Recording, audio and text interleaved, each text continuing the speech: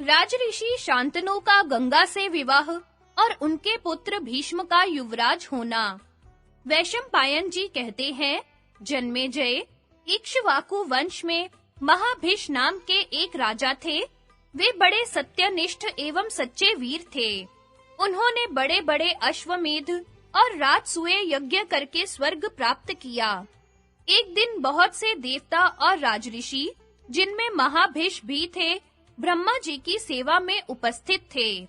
उसी समय श्री गंगा जी भी वहां आई। वायु ने उनके श्वेत वस्त्र को शरीर पर से कुछ खिसका दिया। तब वहां उपस्थित सभी लोगों ने अपनी आंखें नीची कर ली, परंतु राजऋषि महाभीष उन्हें निःशंक देखते रहे। तब ब्रह्मा जी ने कहा, महाभीष, अब तुम मृत्यु लोक में जाओ। जिस गंगा को तुम देखते रहे हो, वह तुम्हारा अप्रिय करेगी, और जब तुम उस पर क्रोध करोगे, तब इस शाप से मुक्त हो जाओगे। महाभीष ने ब्रह्मा जी की आज्ञा शिरोधार्य कर यह निश्चय किया कि मैं पुरुवंशी राजा प्रतीप का पुत्र बनूं। गंगा जी जब वहां से लौटी, तब रास्ते में वसुओं से उनकी भेंट हुई। वे भी वशिष्ठ के शाप से श्रीहीन हो रहे थे। उन्हें यह शाप हो चुका था कि तुम लोग मनुष्य योनि में जन्म लो।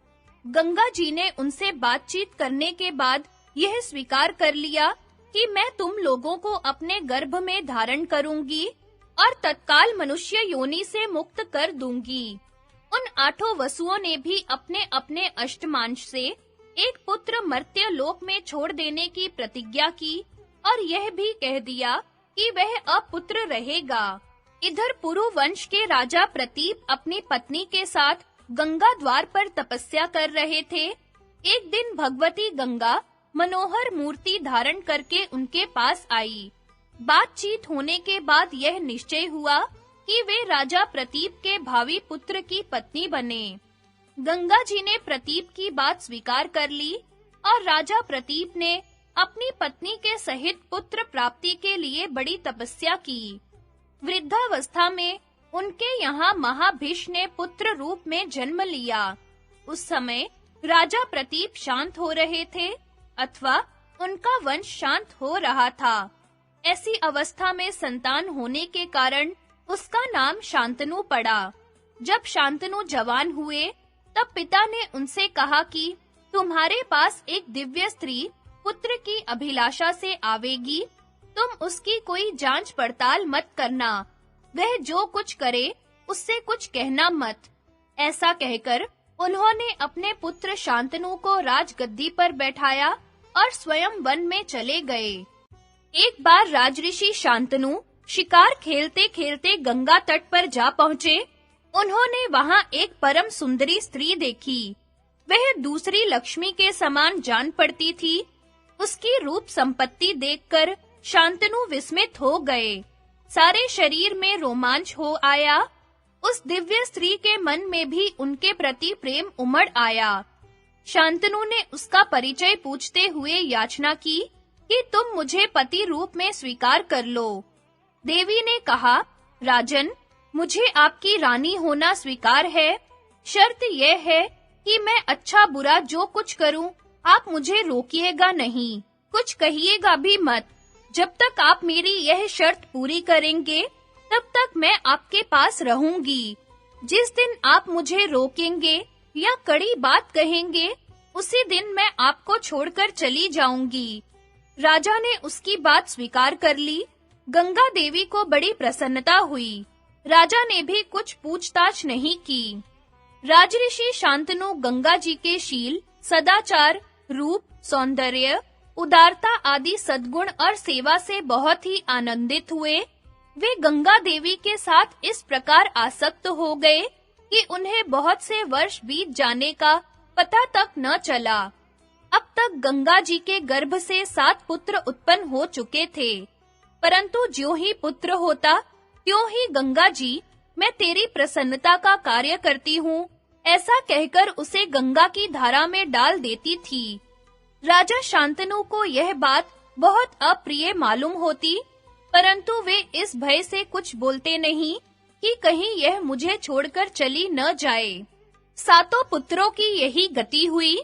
8वां पुत्र होने पर भी वे हंस रही थी। राजा शांतनु को इससे बड़ा दुख हुआ और उनके मन में यह इच्छा हुई कि वह पुत्र मुझे मिल जाए। उन्होंने कहा, अरे तू कौन, किसकी पुत्री है? इन बच्चों को क्यों मार डालती है? यह तो महान पाप है। गंगा देवी ने कहा, ओ पुत्र के इच्छुक, लो, मैं तुम्हारे इस लाडले को नहीं मारती। अब शर्त के अनुसार मेरा यहाँ रहना नहीं हो सकता। देखो, मैं जहुनु की कन्या गंगा हूँ। बड़े-बड़े महर्षि मेरा सेवन करते हैं। देवताओं की कार्य सिद्धि के लिए ही मैं तुम्हारे पास इतने दिनों तक रही। मेरे ये 8 पुत्र अष्टवसु हैं। वशिष्ठ के शाप से इन्हें मनुष्य योनि में जन्म लेना पड़ा था। उन्हें मनुष्य लोक में तुम्हारे जैसे पिता और मेरी जैसी माँ नहीं मिल सकती थी। वसुओं के पिता होने के कारण तुम्हें अक्षय लोक मिलेंगे। मैंने उन्हें तुरंत मुक्त कर देने की प्रतिज्ञा कर ली थी, इसी से ऐसा किया। अब वे शाप से मुक्त हो गए। मैं जा रही हूँ। यह पुत्र वसुओं का अष्टमांश है, इसकी तुम रक्षा करो। शांतनु ने कहा, वशिष्ठ ऋषि कौन थे? उन्होंने वसुओं को शाप क्यों दिया? इस शिशु ने ऐसा कौन सा कर्म किया है जिससे यह मनुष्य लोक में रहेगा? वसुओं ने मनुष्य योनि में जन्म ही क्यों लिया? ये सब बातें मुझे बताओ। गंगा देवी ने कहा, विश्व विख्यात वशिष्ठ मुनि वरुण के पुत्र हैं। मेरु पर्वत के पास ही उनका बड़ा पवित्र, सुंदर और सुखकर आश्रम है। वे वहीं तपस्या करते हैं। कामधेनु की पुत्री नंदिनी उन्हें यज्ञ का हविष्य देने के लिए वहीं रहती है। एक बार पृथु आदि वसु अपनी पत्नियों के साथ उस वन में आए। एक वसु पत्नी की दृष्टि समस्त कामनाओं को पूर्ण करने वाली नंदिनी पर पड़ गई। उसने उसे अपने पति ध्यो नामक वसु को दिखाया। वसु ने कहा, प्रिय, यह सर्वोत्तम गौ वशिष्ठ मुनि की है। यदि कोई मनुष्य इसका दूध पी ले तो 10,000 वर्ष तक जीवित और जवान रहे। वसु पत्नी ने कहा, मैं अपनी सखी के लिए यह गाय चाहती हूँ, तुम इसे हर ले चलो। अपनी पत्नी की बात मानकर ध्यो ने अपने भाइयों को बुलाया और वह गौ हर ले गए। वसु को इस समय तक इस बात का ध्यान ही न रहा कि ऋषि बड़े तपस्वी हैं और वे हमें शाप देकर देव योनि से च्युत कर सकते हैं। जब महर्षि वशिष्ठ फल फूल लेकर अपने आश्रम पर लौटे, तब सारे वन में ढूंढने पर भी उन्हें अपनी सवत्सा गौ नंदिनी न मिली। उन्होंने दिव्य दृष्टि से देखकर वसुओं को शाप दिया, वसुओं ने मेरी गाय हर ली है, इसलिए मनुष्य योनि में उनका जन्म होगा। जब परम तपस्वी और प्रभावशाली ब्रह्म ऋषि वशिष्ठ ने वसुओं को शाप दे दिया और उन्हें यह बात मालूम हुई, तब वे उन्हें प्रसन्न करने के लिए नंदिनी सहित उनके आश्रम पर आए। वशिष्ठ ने कहा, और सब तो एक-एक वर्ष में ही मनुष्य योनि से छुटकारा पा जाएंगे, परंतु यह ध्यो नामक वसु अपना कर्म भोगने के लिए बहुत दिनों तक मर्त्य लोक में रहेगा। मेरे मुंह से निकली बात कभी झूठी नहीं हो सकती। यह वसु भी मर्त्य लोक में संतान उत्पन्न नहीं करेगा। साथ ही अपने पिता की प्रसन्नता और भलाई के लिए स्त्री समागम का भी त्याग कर देगा। वशिष्ठ की बात सुनकर सबके सब मेरे पास आए और यह प्रार्थना की कि हमें जन्म लेते ही तुम अपने जल में फेंक देना। मैंने स्वीकार कर लिया और वैसा ही किया। यह अंतिम शिशु वही ध्यो नामक वसु है। यह चिरकाल तक मनुष्य लोक में रहेगा। यह कहकर गंगा जी उस कुमार के साथ ही अंतर्धान हो गई।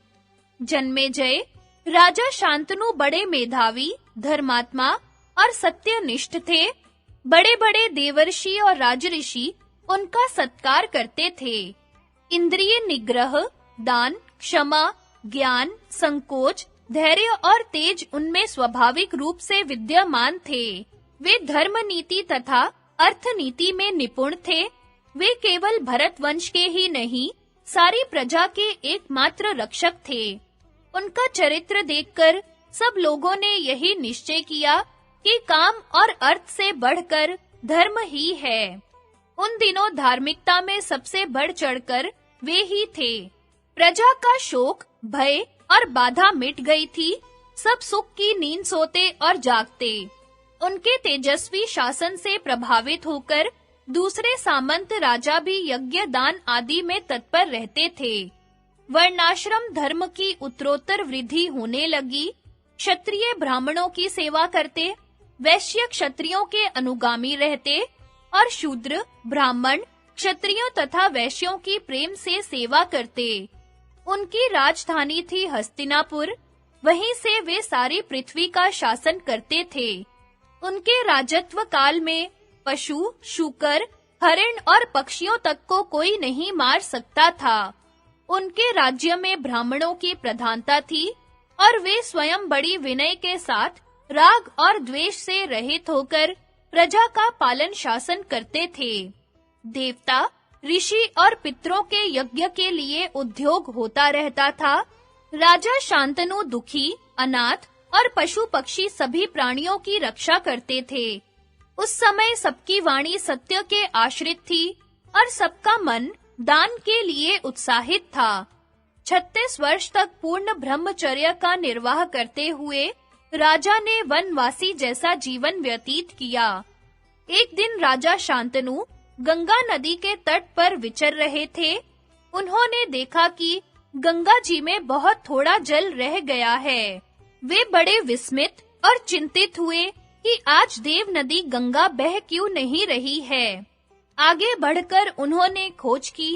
तब पता चला कि एक बड़ा मनस्वी, सुंदर और विशालकाय कुमार दिव्य अस्त्रों का अभ्यास कर रहा है और उसने अपने बाणों के प्रभाव से गंगा की धारा रोक दी है।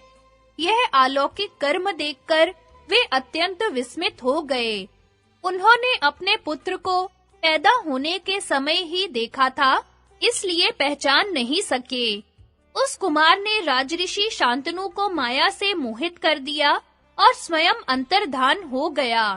अब राजऋषि शांतनु ने गंगा जी से कहा कि उस कुमार को दिखाओ। गंगा जी सुंदर रूप धारण करके अपने पुत्र का दाहिना हाथ पकड़ उनके सामने आई। उनका अनुपम सौंदर्य, दिव्य आभूषण और निर्मल वस्त्र देखकर राजऋषि शांतनु उन्हें पहचान न सके। गंगा जी ने कहा कि महाराज, यह आपका 8वां पुत्र है जो मुझसे पैदा हुआ था। आप इसे स्वीकार कीजिए और अपनी राजधानी में ले जाइए।